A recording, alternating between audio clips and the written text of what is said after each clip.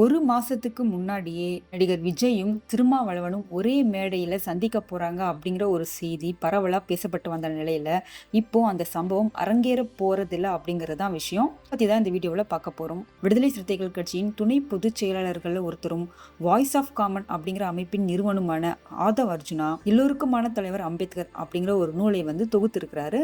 அம்பேத்கர் பத்தி பிரபல ஆளுமைகள் பலரும் எழுதிய கட்டுரைகள் இந்த நூல்ல இடம் பிடித்திருக்கு. இந்த நூல் வெளியீட்டு விழா சென்னையில் டிசம்பர் 6ஆம் தேதி நடைபெறும் நிலையில தாவேக தலைவர் விஜய் நூலை வெளியிட முதல் நூலை விசிக தலைவர் திருமாவளவன் எம்பி பெற்றுக்கொள்வதா முடிவு செய்யப்பட்டிருந்தது. ஆனா இந்த தகவல் வெளியானதுல இருந்தே தமிழக அரசியலில் பரபரப்பு தொற்றிக்கொண்டது. சிலத்திரிய திமுக தான் அப்படின்னு விஜய் வெளிப்படையா சொன்னதுக்கு அப்புறம் அதே கூட்டணியில இருக்கிற திருமாவளவன் இந்த விழாவில் கலந்துப்பாரா, விஜய் கிட்ட இருந்து புத்தகத்தை வாங்கிக் கொள்வாரா அப்படிங்கிற ஒரு சர்ச்சை பேச்சுக்கள் எல்லாம் சுத்திக்கிட்டே இருந்துச்சு. ஏற்கனவே திமுக கூட்டணியில பிரச்சனை, விசிக வெளியில வர போறாங்க அப்படிங்கிற மாதிரி நிறைய ரூமர்ஸும் பரவிட்டு இருந்துச்சு. விஜய் நூலை வெளியிட அதை திருமாவளவன் வாங்கிக்கிறது திமுக தலைமை பொறுத்த வரைக்கும் யாருமே இதை ரசிக்கலன்னு தான் சொல்லணும். இந்த விழாவை திருமாவளவன் தவிர்க்க வேண்டும் அப்படிங்கிற அந்த குரல் திமுக சார்பில் அழுத்தமா பதிஞ்சது, ஒழிச்சது. திமுக தலைமை தரப்பிலிருந்து திருமாவளவன் கிட்ட இந்த விஷயத்தை எடுத்து சொல்லவும் ஆரம்பிச்சாங்க. ஆனால் திருமாவளவனிடம் வாதித்த ஆதவ் அர்ஜுனா அரசியலுக்கும் நிகழ்ச்சிக்கும் சம்பந்தம் இல்லை, அரசியல் ரீதியான கருத்து வேறுபாடுகள் கொண்டவர்கள் ஒரே மேடையில் இருப்பது ஆரோக்கியமான விஷயம் தானே அப்படின்னு ஆதவ் அர்ஜுனா சொல்லியிருந்தாரு. அதனால விழாவில் கலந்து கொள்ளும் முடிவில் திருமாவளவன் உறுதியா இருந்திருக்காரு.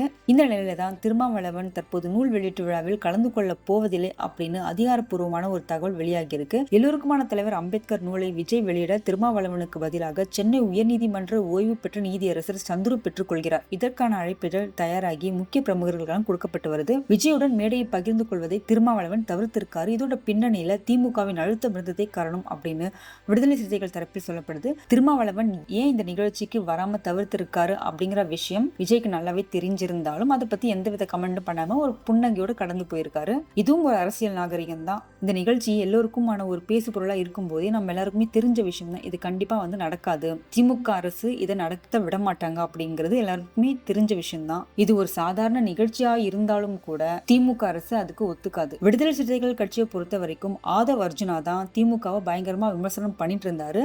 விசிக கட்சி திமுக கூட கூட்டணியில இருந்தாலுமே தைரியமா எங்களுக்கு ஆட்சியில பங்கு வேண்டும், எங்க தலைவருக்கு துணை முதல்வராக தகுதி இல்லையா அப்படிங்கிற மாதிரியான கேள்விகள்லாம் பேட்டிகள்ல முன்வைத்தாரு. அதனால திமுக கட்சிக்கும் ஆதவ் அர்ஜுனாவுக்கும் இடையே ஒரு பனிப்போர் நிலவிட்டு இருந்தது உண்மைதான். இந்த நிலையில தான் இந்த மாதிரி ஒரு புக்கை திமுகவோட அரசியல் எதிரின்னு விஜய் திமுக பிரகடனப்படுத்தினதுக்கு அப்புறம் கூட விஜயை கூப்பிட்டு வச்சு இந்த நூலை வெளியிடணும் அப்படின்னு ஆதவ் அர்ஜுனா ஆசைப்படுறாருன்னா அவரோட எதிர்பார்ப்பு வேற மாதிரியா தான் இருக்குது. ஆனாலுமே திருமாவளவன் முதல்வருக்கு மரியாதை கொடுத்து இந்த நிகழ்ச்சியை தவிர்த்திருக்காரு. ஒருவேளை இந்த நிகழ்ச்சி நடந்திருந்து திருமாவளவன் புத்தகத்தை விஜய் கையிலிருந்து பெற்றுக்கொண்டிருந்தால் மேபி 2026 அரசியல் களம் மாறி இருக்க வாய்ப்பு இருக்கு. ஆனா திருமாவளவன் இந்த நிகழ்ச்சியை தவிர்த்ததன் மூலமா 2026ல திமுக கூட தான் கூட்டணி அப்படிங்கறத திருமாவளவன் மற்றும் ஒரு முறை உறுதிப்படுத்தி இருக்கார்.